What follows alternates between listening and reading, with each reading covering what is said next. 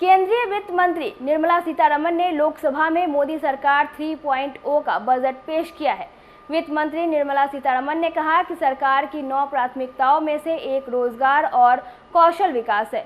केंद्रीय वित्त मंत्री निर्मला सीतारमण ने बजट पेश करते हुए कहा कि इसके तहत पहली बार नौकरी करने वालों को बड़ी मदद मिलने जा रही है। बिहार के लिए भी कई महत्वपूर्ण योजनाओं की घोषणा की गई है। वित्त मंत्री ने बिहार में सड़कों के लिए 26,000 करोड़ रुपए देने की घोषणा की है। 3 एक्सप्रेसवे बनेंगे, पटना पूर्णिया एक्सप्रेसवे, वैशाली बोधगया एक्सप्रेसवे और बक्सर भागलपुर एक्सप्रेसवे बनने की घोषणा की गई है।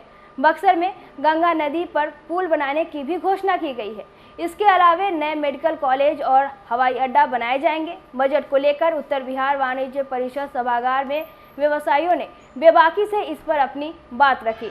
बजट को लेकर उन्होंने अपनी संतुष्टि जताते हुए कहा कि बिहार को विशेष राज्य का दर्जा तो नहीं मिला, लेकिन जो विशेष पैकेज की मांग की जा रही थी उसे बजट में केंद्र सरकार ने बिहार को देकर एक बड़ा सौगात दिया है।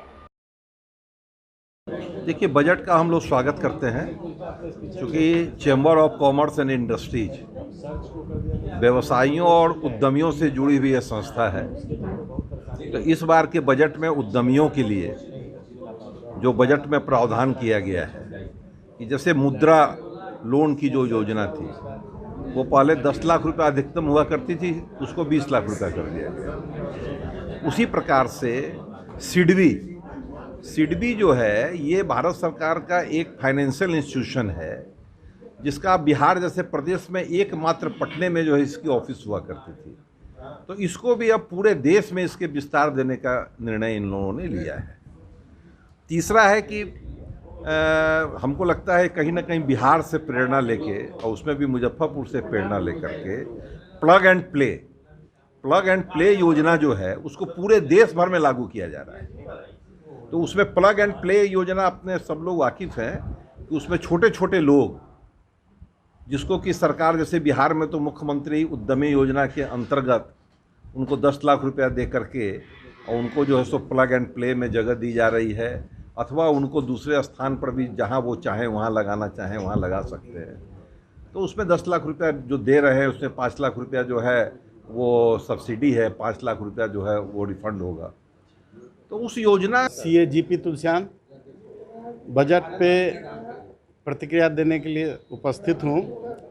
ये ग्रोथ ओरिएंटेड बजट है और जो विज़न लिया गया था कि 2047 में 3rd लार्जेस्ट इकोनॉमी होगी वर्ल्ड की, उस पे काम किया जा रहा है। इसीलिए इस सरकार ने जो ग्रोथ के जितने भी इंजिन्स हैं सब पे एक्सपेंडिचर बढ़ाया है और इस पूरे बजट में 4 फोकस पॉइंट हैं। पहला, महिलाओं का सशक्तिकरण की बात हुई है। दूसरा, फार्मर्स की स्थिति और बेहतर करने की बात हुई है। तीसरा, MSME सेक्टर जो उत्पादन का एक बैकबोन है उसको बूस्ट देने की बात की गई है। और चौथा, स्किल डेवलपमेंट की बात की गई है कि जो स्किल इंडिया में इतने यूथ हैं वो स्किल प्रॉपर नहीं होने से प्रॉपर उनको रेम्युनरेशन सैलरी नहीं मिल पाती है और भारत के भी प्रोडक्शन में उसका हैम्पर होता है कि हम लोग कर नहीं पाते हैं। स्किल आदमी हमको बाहर से लाना पड़ता है, उसके लिए स्किल डेवलपमेंट की बात चल रही है। तो ये बड़ा अच्छा कदम है वित्त मंत्री जी का। इसके अलावा जो डायरेक्ट टैक्स और इनडायरेक्ट टैक्स में जो उन्होंने छूट की घोषणाएं की हैं वो पहले से अपेक्षित थी और GST में तो बहुत से केसेस जो 17, 18, 19, 20 सालों के थे उस पर इंटरेस्ट और पेनाल्टी माफ़ करने से आम जनता को बहुत बड़ी रिलीफ होगी, क्योंकि अपील स्टेज में टैक्स में अपील लड़ना फिर टैक्स देना करना बहुत ही कुबरसम और बर्डनसम एक्सपेंडिचर था, वो सब ख़त्म हो जाएगा। अब एक सेक्शन ही ला के उसमें अमेंडमेंट कर दिया गया है और उसके तहत आपको एक डिक्लेरेशन दे करके आपका इंटरेस्ट और पेनाल्टी 19-20 तक के किए गए जितने भी ऑर्डर्स हैं उसमें माफ़ हो जाएगा। ये एक बहुत अच्छा कदम है और इससे व्यापारियों में भी विश्वास जगेगा। सरकार के पास एक नई चिंता का विषय ये हो गया था कि जो स्टॉक मार्केट है वो रॉकेट की तरह भाग रहा है। तो कहीं ना कहीं विपक्ष से और सब जगह से लोगों को एक एप्रीहेंशन था कि क्या इस स्टॉक मार्केट में कुछ गड़बड़ी तो नहीं हो रही है कि रोज़ के रोज़ दाम बढ़ते चले जा रहे हैं। तो उसकी मंशा को देखते हुए इन्होंने लॉन्ग टर्म कैपिटल गेन पे टैक्स का रेट 10% से बढ़ा के 12.5% कर दिया है, और शॉर्ट टर्म कैपिटल गेन जो पहले 15% पे था उसको 20% कर दिया। ये भी एक अच्छा कदम है, क्योंकि अभी जो स्मॉल इन्वेस्टर्स हैं वो भी शेयर मार्केट में बहुत ज़्यादा पैसा लगा रहे हैं, और बाद में अगर शेयर मार्केट में कोई गड़बड़ी निकलती है तो सबसे ज़्यादा नुकसान स्मॉल इन्वेस्टर को होता है। तो उसकी केयर करने के लिए ये प्रावधान लाया गया है कि भाई शेयर मार्केट में जो भी जाएंगे उनको टैक्स ज़्यादा देना है, इसलिए अपना संभल करके उसमें निवेश करें। मैं चार्टर्ड अकाउंटेंट हूँ। मैं इनकम टैक्स में जो बदलाव आया है उसके बारे में मैं बोलना चाहूँगा। पहले सैलरी वर्गों के लिए पहले स्टैंडर्ड डिडक्शन 50,000 था, उसको बढ़ा करके 75,000 किया गया। दूसरा, नए टैक्स रिजम में स्लैब में बदलाव है। 0 से 3 लाख तक में कोई टैक्स नहीं है, 3 से 7 लाख में 5%, 7 से 10 लाख में 10%, 10 से 12 लाख में 15%, 12 से 15 में 20%, और 15 लाख से ऊपर में 30% का टैक्स अब लगेगा। तीसरा चेंजेस जो लाया गया है, लॉन्ग टर्म कैपिटल गेन, जो 1 लाख तक में पहले कोई टैक्स नहीं लगता था अगर किसी को लॉन्ग टर्म कैपिटल गेन होता था, अब वो बढ़ा करके सीमा 1,25,000 कर दी गई है। चौथा है, लॉन्ग टर्म कैपिटल गेन पहले जो 10% लगती थी अब वो 12.5% लगेगी।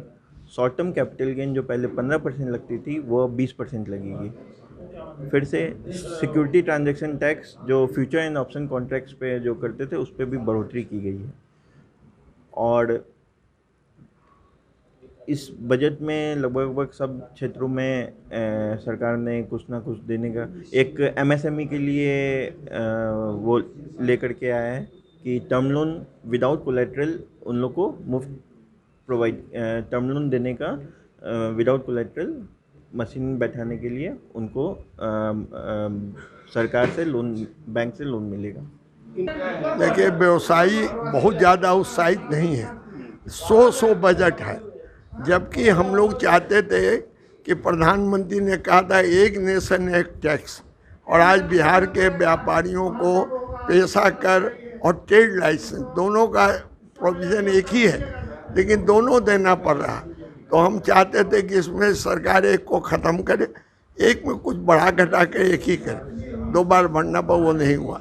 और व्यापारी मिडिल क्लास में आते हैं, और हम हमेशा मांग करते हैं कि सरकार इनकी जब भी बनी है तो इन्होंने गरीबों के लिए किया, पैसे वालों के लिए किया, लेकिन हम लोग ट्रेडिंग करने वाले मिडिल क्लास के व्यापारियों को कोई राहत नहीं दी। और इस बजट में भी कोई राहत डायरेक्ट राहत नज़र नहीं आ रही, जिसकी हम आशा करते हैं। सीनियर सिटीजन जिनकी आपने टिकट में रिबेट ख़त्म कर दी, जो सबसे कमज़ोर तबके के लोग आते हैं उनको आपने रिबेट ख़त्म कर दी, वो भी बहुत ज़्यादा देश के पैमाने में नाराज़ हैं कि ये क्या हुआ, बेटा से मांगे, उनसे मांगे, तब बाहर जाने का प्रोग्राम बनाया। तो इसको भी सरकार को विचार करना चाहिए।